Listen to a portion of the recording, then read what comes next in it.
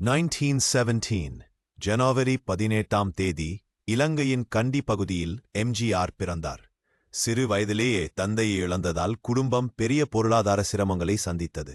இதனால் எம்ஜிஆர் சிறு வயதிலேயே நாடக கலைக்குழுவில் இணைந்து வாழ்வாதாரத்தை சம்பாதிக்கத் தொடங்கினார். 1107இல் சதி லீலாவதி படத்தில் சிறிய கதாபாத்திரத்துடன் சினிமாவில் அறிமுகமானார். 1970களிலிருந்து 70களில் வரை அவர் நடித்த பெரும்பாலான படங்கள் பாக்ஸ் ஆபீஸில் பெரிய வெற்றிகளை பெற்றன.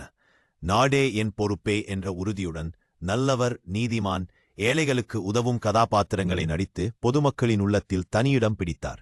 அவரது சில சூப்பர் ஹிட் படங்கள் எங்க வீட்டு பிள்ளை, ஆதிமைப்பெண், உழவன், ஆயிரத்தில் ஒருவன், உரிமைக்காக திரையுலகில் மகக்களின் அன்பை பெற்ற எம்ஜிஆர் 1953இல் டிஎம்கேவில் இணைந்து அரசியலுக்குள் வந்தார்.